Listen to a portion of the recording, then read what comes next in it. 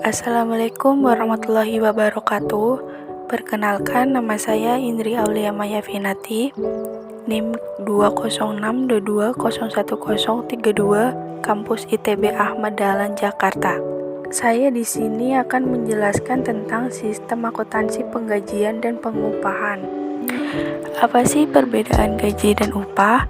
Gaji itu pembayaran atas penyerahan jasa yang dilakukan oleh karyawan yang mempunyai jenjang jabatan dan dibayar secara tetap per bulan. Sedangkan upah yaitu pembayaran atas penyerahan jasa yang dilakukan oleh karyawan pelaksana atau buruh, dibayar berdasarkan hari kerja, jam kerja, atau jumlah satuan produk yang dihasilkan oleh karyawan.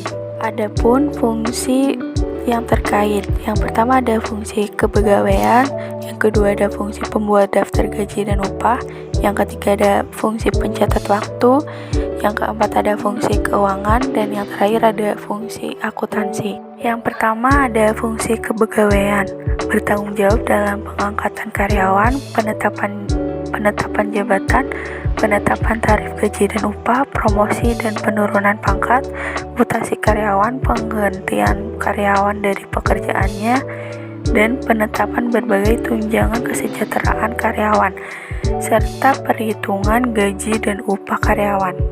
Yang kedua ada fungsi pencatat waktu, bertanggung jawab untuk menyelenggarakan catatan waktu hadir bagi setiap karyawan perusahaan.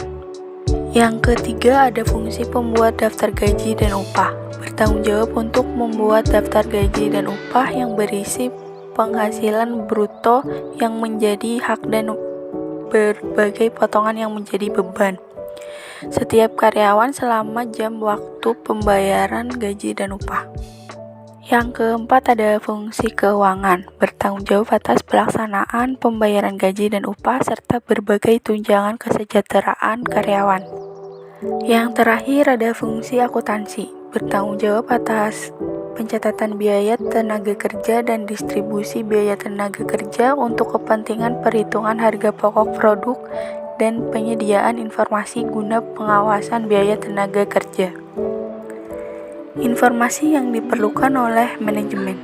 Yang pertama ada jumlah biaya gaji dan upah yang menjadi beban perusahaan selama periode akuntansi tertentu.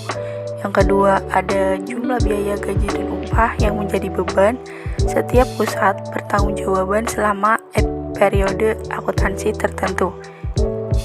Yang ketiga ada jumlah gaji dan upah yang diterima setiap karyawan selama periode akuntansi tertentu. Dan yang keempat ada rincian unsur biaya gaji dan upah yang menjadi beban perusahaan dan setiap pusat pertanggungjawaban selama periode akuntansi tertentu.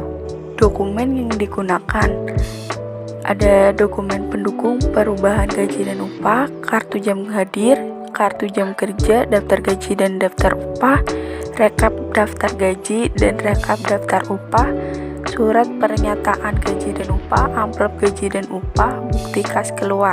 Catatan akuntansi yang digunakan ada jurnal umum mencatat distribusi biaya tenaga kerja ke dalam setiap departemen dalam perusahaan. Kemudian ada kartu harga pokok produk, mencatat upah tenaga kerja langsung yang dikeluarkan untuk pesanan tertentu. Ada kartu biaya, mencatat biaya tenaga kerja tidak langsung dan biaya tenaga kerja non-produksi setiap departemen dalam perusahaan. Informasi pencatatan dalam kartu biaya ini adalah bukti memorial.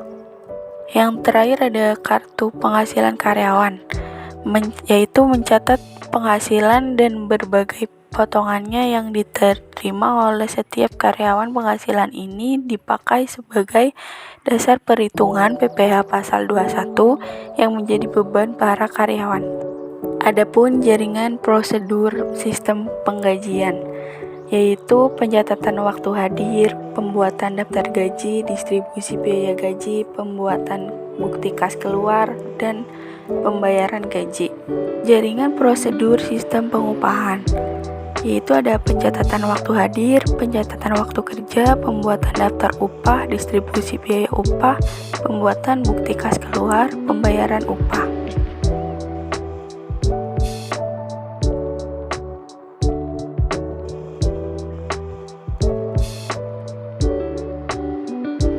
Sekian dari saya, terima kasih. Wassalamualaikum warahmatullahi wabarakatuh.